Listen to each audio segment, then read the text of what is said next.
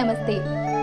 మీ ఇంట్లో పూజ, వ్రతం, బారసాల, అన్నప్రాసన, సత్యనారాయణ వ్రతం, వివాహం లాంటి ఎలాంటి శుభకార్యానికి కావలసిన పూజా సామాగ్రి అయినా పురోహితులైన www.epoojastore.com ద్వారా మీ ఇంటి వద్దనే పొందవచ్చు.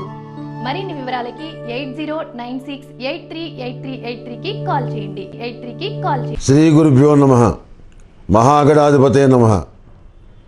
ములుగు.com ప్రేక్షకులకు శ్రీకాళహస్తీశ్వర స్వామి దేవస్థానం ఆస్థాన సిద్ధాంతి ములుగు రామలింగేశ్వర ప్రసాద్ శుభోదయ శుభాకాంక్షలు.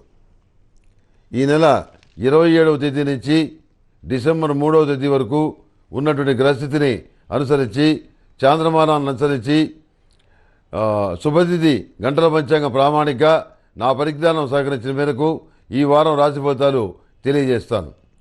ముందుగా మేషరాశి వారికి ఈ వారం మిశ్రమ ఫలితాలు గోచరిస్తున్నాయి.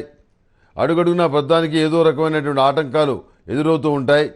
ఆరోగ్యపరమైనటువంటి సమస్యలు, చట్టపరమైనటువంటి సమస్యలు ఇలాంటివి ఎదుర్కోవాల్సిన పరిస్థితి బహుశా ఏర్పడవచ్చు. కోర్టు తీర్పులు మీకు అనుకూలంగా ఉంటాయి. అదేవిధంగా సంతాన సంబంధమైన విషయాలు, సంతాన సంబంధమైన పురోగతి, వాళ్ళ చదువు కానీ ఇతరత్ర విషయాలు కానీ అన్నీ కూడా పురోగమనంలో ఉంటాయి. ప్రతి విషయంలోనూ మీరు వ్యక్తిగతమైనటువంటి శ్రద్ధ తీసుకొని కుటుంబ అభివృద్ధికి విశేషంగా కృషి చేస్తారు. దానికి అనుగుణంగా సంతానం కూడా మీకు సహకరించడం అనేది జరుగుతుంది.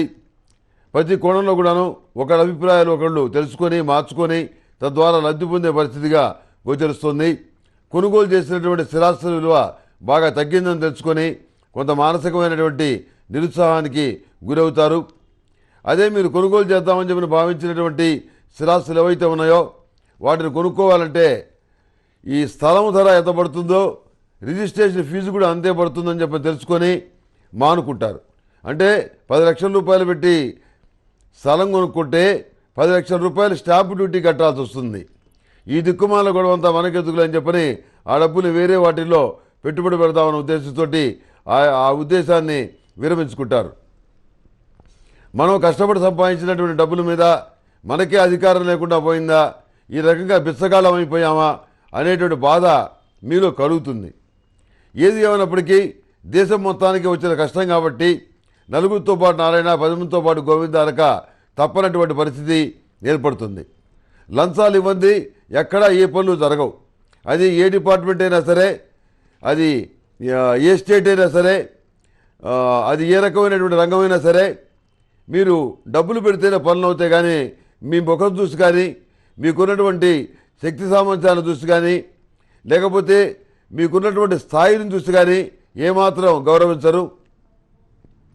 అగౌరవంగా మాట్లాడేవాళ్ళు ఇవాళ కాదు రేపు చేస్తాం, రేపు కాదు ఎల్లుండి చేస్తాం అని పనులని పోస్ట్ పోన్ చేస్తున్న వాళ్ళు ఎవరైతే ఉన్నారో మీరు డబ్బులు చేతుల్లో పెట్టగానే ఆగమేఘాల మీద అన్ని పనులు కూడాను గంటలో పూర్తి చేసి మీ చేతికి ఇస్తారు. ఇదేనా మనం ఇన్నాళ్ళుగా స్వాతంత్రం సంపాదించుకున్న తర్వాత మనకు లభించినట్టు పురోగతి? ఇదేనా సౌలభ్యం? ఇదేనా పరిపాలన? ఇదేనా ప్రజల తీరు? కలియుగ ధర్మానికి ఎవరైనా కట్టుబడవలసిందేనా? ధర్మానికి న్యాయానికి ఎక్కడైనా తావుందా అని పరిపరి విధాలుగా బాధపడతారు. అసలు ఈ రకమైనటువంటి వాణిజ్య ప్రపంచంలో బతకడం చాలా కష్టం అని చెప్పని మీ మానసికమైన అభిప్రాయాలు ఏవైతే ఉన్నాయో వాటికి భిన్నంగా నడుచుకోవాల్సి వస్తుందని ఎంతగానో చిరాకు పడతారు. వివాహ శుభకార్యాల విషయాలు మొదలైనవి సానుకూల పడతాయి. మానసికమైనటువంటి సంతోషం కలుగుతుంది. వైద్య విద్యకు సంబంధించిన విషయాలు, అదేవిధంగా సాంకేతిక విద్యకు సంబంధించిన విషయాలు, విదేశాల చదువుకోవడానికి చేసే ప్రయత్నాలు ఇవన్నీ సానుకూల పడే పరిస్థితిగా గోచరిస్తుంది. డబ్బులు ఉండి కూడాను ఇబ్బంది పడాల్సినటువంటి పరిస్థితి గోచరిస్తుంది. ఈ రకమైన పరిస్థితి త్వరలోనే తొలగించుకోవడానికి మీకున్నటువంటి తెలివితేటల్ని పలుకుబడిని అన్నీ కూడాను మీరు రంగరించి వాటిని ఏదో విధంగా ఒక దారిలో పెట్టగలుగుతామనేటువంటి నమ్మకాన్ని మాత్రమే కలిగి ఉంటారు. ఎందుకంటే అందరూ సహాయం చేస్తారనేటువంటి నమ్మకం కూడా మీకు పూర్తిగా ఉండదు. ఎందుకంటే అవసరం తిరిగిన తర్వాత పని ఉంది, ఏరు దాటిన దాకా ఏటి బలన్నా, ఏరు దాటిన తర్వాత బోడి బలన్నా సామెతగా మీ ద్వారా ప్రయోజనాలు పొంది బెనిఫిట్ పొందిన వాడు ఎవరైతే ఉన్నారో వాళ్ళకి మీతో అవసరం తీరిపోయిన తర్వాత ఇంకా మీతో పని ఉంది, కొన్ని సంవత్సరాల వరకు మీతో పని ఉండదు. కాబట్టి ఎక్కడైతే డబ్బులు వస్తాయో అక్కడే పని చేసుకుపోతారు, కానీ మీలాంటి వాళ్ళు ఎవరు గుర్తుపెట్టుకోరు.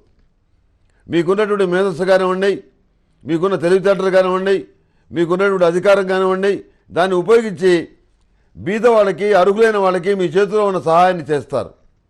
అందరితోటి మంచి అనిపించుకుంటారు. అది కూడా చాలామందికి బాధ కలిగిస్తుంది.